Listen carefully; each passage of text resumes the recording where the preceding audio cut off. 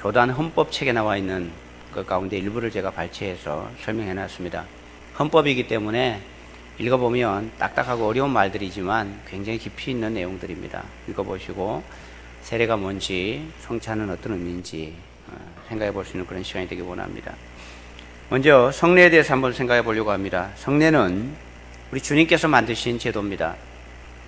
그리고 예수님과 제자들이 있었던 사도시대부터 지금까지 계속해서 이어져 오는 것이 바로 이 성례식입니다. 성례는 말씀과 함께 은혜의 방편이라고 합니다. 하나님께서 우리에게 은혜를 베풀어 주시는 방편이 두 가지가 있는데 하나는 말씀이고 하나는 성례입니다. 그래서 이 성례는 말씀과 동일하게 우리에게 은혜를 끼치고 믿음 가운데 우리가 굳건하게 살아갈 수 있도록 용기를 주는 그런 의식이기도 합니다. 그러나 오늘날 시간이 지나면서 이 성례식이 의식화되고 그냥 형식이 되어서 아무런 느낌도 없고 감동도 없이 그저 형식으로 참여하는 그런 의식이 되어버린 거 아닌가 그런 생각을 해보게 됩니다. 칼빈은 기독교 강요에서 이 성례식을 말하면서 성례는 눈으로 보이는 말씀이다 이렇게 설명을 했습니다. 우리가 성경을 말씀으로 읽는 것처럼 이 성례 자체가 말씀이 우리에게 역사하듯이 우리에게 보여주는 말씀으로 보여진다고 말씀을 하는 것입니다. 그래서 눈에 보이는 말씀과 동일하게 이 우리가 보는 성경으로 눈으로 읽는 성경과 동일하게 이 성례를 통해서 우리의 삶에 은혜가 끼쳐지고 우리의 삶을 되돌아보게 만드는 그런 방편이 바로 성례입니다. 성례에는 두 가지 종류가 있습니다. 하나는 세례이고 하나는 성찬입니다. 먼저 세례에도 두 가지가 있는데 세례는 물 세례가 있고 성령 세례가 있습니다. 오늘 물 세례를 받은 분들이 계신데 이 물 세례를 받으려면 세 가지 자격이 주어져야 받을 수 있습니다. 첫째는 예수님을 자신의 구주로 영접해야 합니다. 두 번째는 자신이 죄인임을 깨닫고 회개하는 양심이 있어야 합니다. 그리고 세 번째는 이 세례 받는 것을 통해서 내가 이제부터는 진리의 말씀대로 살아가겠다는 결단을 해야 세례를 받을 수 있습니다. 오늘 세례를 받는 분들과 더불어서 이미 세례를 받으신 분들은 아마 이 세 가지 결심을 이미 하셨을 것입니다. 예수 그리스도가 나의 생명의 주인이 되셨고 내가 과거에 죄 가운데 있었던 것을 회개하고 하나님께 살아가기를 결정하시고 진리를 따라 살려고 노력하고 계실 것입니다. 그 마음을 오늘 우리가 직접 세례를 받지 않고 이미 세례를 받았지만 세례받는 이 과정을 통해서 그것을 우리 마음속에 새롭게 새겨보는 시간입니다. 그런데 이 물세례만 받는다고 끝나는 것이 아닙니다. 물세례와 함께 또 하나의 세례를 받아야 되는데 그것은 바로 성령 세례입니다. 이 성령 세례는 일반적으로 물세례를 받기 전에 받습니다. 이 성령 세례를 받는다는 것은 예수 그리스도가 나에게 들어오셔서 내가 예수 그리스도의 자녀가 되고 새 생명이 되었음을 의미합니다. 성령 세례는 예수 그리스도의 그 영 성령이 내 안에 들어오시는 것을 성령 세례라고 합니다. 그래서 보통은 이 물세례를 받기 전에 성령 세례를 받는데 또 개중에는 이 물세례를 받는 것과 동시에 성령 세례를 받기도 하고 또 경우에 따라서는 물세례를 먼저 받고 후에 성령 세례를 받는 사람들도 있습니다. 그러나 중요한 것은 앞에 받든 뒤에 받든 언제 받든지 성령 세례는 반드시 받아야 합니다. 교회를 다니고 성도가 되었음에도 불구하고 성령 세례를 받지 않은 사람은 구원을 받지 못한 것입니다. 그리고 믿음 생활을 하면서도 감사와 감격이 없습니다. 그저 형식적인 신앙으로 끝나는 것입니다. 그리고 죄를 이길 만한 힘이 없습니다.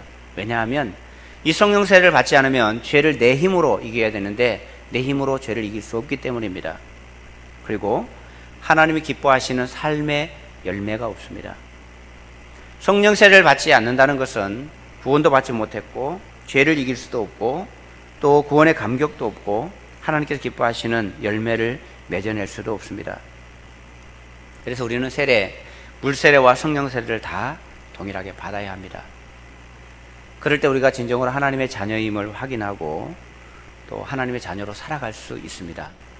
성경에서는 요한복음 1장 12절에서 영접하는 자, 곧 그 이름을 믿는 자들에게는 하나님의 자녀가 되는 권세를 주신다라고 했는데, 이 영접한다는 것, 또 그 이름을 믿는다는 것이 바로 이 성령 세례를 받고 세례에 동참하는 것이 됩니다.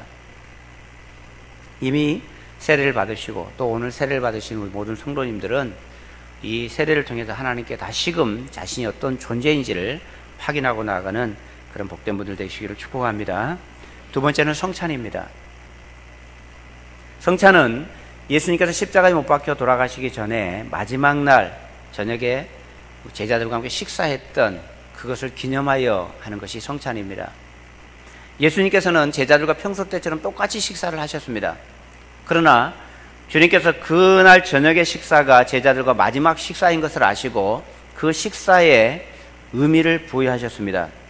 떡을 떼어주시면서 받아 먹으라, 이것이 내 몸이다 라고 말씀하셨고, 잔을 주시면서 이것은 죄사함을 얻게 하려고 많은 사람을 위하여 흘리는 바 나의 피, 곧 언약의 피니라, 이렇게 말씀하셨습니다. 성례에는 세례와 성찬이 있고, 세례에는 물세례와 성령 세례가 있고, 성찬에는 떡과 잔을 나누는 의식이 있습니다. 그렇다면 이 성례를 통해서 우리에게 주시는 메시지, 또 우리에게 주시는 유익은 무엇일까요? 이 성찬은 예수님의 살과 피를 양식으로 삼는다라고 하는 것이 성찬입니다. 우리가 세례를 받는 것은 나는 새로운 존재가 되었습니다 라는 믿음의 고백입니다. 그래서 오늘 본문 53절에서 주님은 이렇게 말씀하십니다. 예수께서 이르시되 내가 진실로 진실로 너희에게 이르노니 인자의 살을 먹지 아니하고 인자의 피를 마시지 아니하면 너희 속에 생명이 없느니라. 오늘 우리가 이 성찬에 참여한다는 것은 나는 생명이 있는 하나님의 백성입니다 라고 하는 믿음의 고백입니다. 성경은 이 성례를 구약의 한 사건을 가지고 와서 성례를 비유합니다. 그 사건은 뭔가 하면 이스라엘 백성들이 애굽의 종살이를 하다가 그곳에서 벗어나서 광야 생활을 하는 그 과정을 이 성찬으로 비유를 했습니다. 본래 이스라엘 백성들은 애굽의 종살이를 하고 있었습니다. 그런데 하나님께서 그들을 구원해 내시기로 하고 모세를 통해서 그들을 이끌어 가십니다. 홍해 앞에 왔을 때 홍해는 앞에 가로막혀 있고 뒤에는 애굽 군대가 쫓아오는 것 때문에 이들은 완전히 죽은 목숨이었습니다. 더 이상 살아갈 만한 그런 희망이 없은 그때에 하나님께서는 홍해 바다를 가르십니다. 홍해 바다를 건너서 그곳을 백성들이 지나오게 하셨습니다. 홍해 바다를 지났다는 것은 물속에 수장되었다가 그곳에 살아난 것을 의미합니다. 그래서 세례는 죽었다가 살아났다는 의미입니다. 옛날 사람, 과거에 애굽에 종살이하던 그 사람은 죽었고 이제 새로운 생명으로 거듭났다는 뜻입니다. 우리가 세례를 받았다는 것은 나의 옛사람, 나의 과거에 육신을 따라 살던 그 삶은 죽었고 이제는 새 사람이 되었습니다 라고 하는 고백이 바로 이 세례의 의미입니다. 그래서 우리가 물세례와 성령세례를 통해서 우리가 과거의 사람이 아니라 새로운 하나님의 사람이 되었다, 하나님 백성 되었다라고 하는 의미를 세례가 포함하고 있습니다. 다음에 성찬은 무엇인가 하면 이스라엘 백성들이 그곳을 건너와서 이제는 애굽에 종살이할 때 먹었던 그 음식을 먹지 않고 광야에서 하늘에서 내려주는 음식을 먹었습니다. 이스라엘 백성들이 광야 생활을 40년을 하면서 그들은 농사를 지을 수가 없었습니다. 그 많은 숫자가 먹을 수 있는 양식이 없을 때 하나님께서는 하늘에서 양식을 내려주셨습니다. 아침에 자고 일어나면 온 땅에 양식이 가득 내려 있습니다. 무엇인지 모르는 처음 보는 것이었는데 온 지면에 가득 있는 것을 보고 이스라엘 백성들이 그것을 가져다가 구워 먹기도 하고 쪄서 먹기도 하고 맛도 괜찮고 영양도 좋고, 그래서 그들 생각에 그들끼리 하는 말입니다. 도대체 이게 뭐냐? 이게 뭐냐? 그 말이 만나라는 말입니다. 그래서 그 이름이 만나입니다. 이스라엘 백성들이 과거에 애굽에서 살던 그것을 버리고 새로운 백성이 되었을 때 그들은 하늘에서 내리는 양식을 먹고 살았습니다. 우리가 오늘 성찬에 참여하면서 떡과 포도주 한 조각을 먹고 작은 한 잔을 마셨을 뿐이지만 이것은 의식이고 무엇을 의미하는가 하면 우리는 이제부터 세상의 것을 먹는 존재가 아니라 하늘로부터 내리는 양식을 먹고 사는 존재입니다 라는 고백을 하는 것이 바로 이 성찬 예식입니다. 이 성찬 예식을 통해서 우리 마음속에 내가 어떤 존재이며 무엇을 먹고 살아야 되는가 하는 것을 생각한다는 것입니다. 그래서 자신이 노력해서 먹는 것이 아니라 하늘에서 내려주는 양식을 먹고 삽니다. 하나님의 백성은 하나님께서 책임을 지십니다. 이스라엘 백성들이 광야 생활을 하다가 매일같이 만나를 먹으니까 어느 날 만나가 싫어졌습니다. 늘 그것을 먹을 수 있도록 하나님께서 모든 양식 그 하나에 모든 영양소가 다 들어있습니다. 그걸 먹고 아무 문제 없이 사는데 어느 날 그들이 불평하기 시작합니다. 우리는 이거 더 이상 먹기 싫다. 옛날에 애굽에서 먹었던 고기, 마늘, 부추 이런 것들이 생각난다. 우리가 그것을 먹고 싶다. 이 만나 이건 너무 박하고 싫다. 이런 불평을 하다가 그들이 광야에서 진멸을 당했습니다. 그들은 다시 과거의 애굽으로 돌아갈 수 있는 존재가 아니었기 때문입니다. 오늘 우리가 예수 그리스도로 세례를 받고 성찬에 참여한다라고 하는 의미는 우리는 이제 새 사람이 되었기 때문에 새 양식을 먹고 하나님께서 내려주신 양식을 먹고 사는 존재입니다. 그리고 약속의 땅 가나안을 향해서 이스라엘 백성들이 갔던 것처럼 우리에게 약속된 천국을 바라보면서 오늘 우리가 살아가는 존재입니다 라는 고백을 하는 것이 바로 이 성례식의 의미입니다.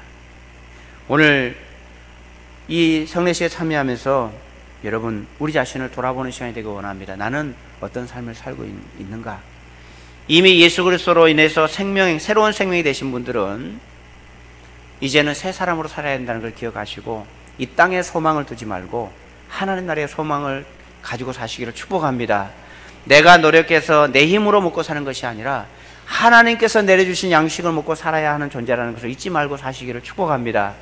그럴 때 영원한 천국까지 우리를 이끄실 것이고 또 그곳에서 하나님께서 그때그때 내려주시는 풍성한 양식을 먹고 살게 될 것입니다. 그때까지 늘 주님과 동행하는 우리 모두가 되기를 주님의 이름으로 축복합니다. 기도하겠습니다. 하나님 감사합니다. 오늘 성례식을 통해서 우리가 어떤 존재가 되었는지, 무엇을 먹고 살아야 하는지, 어느 곳을 향하여 걸어가는지 다시 우리 마음속에 새길 수 있도록 인도해 주시니 감사합니다. 우리가 믿음의 자녀가 되었고 새 사람이 되었으니 주님께서 우리가 허락하신 그 길을 믿음으로 걸어갈 수 있도록 도와주시옵소서.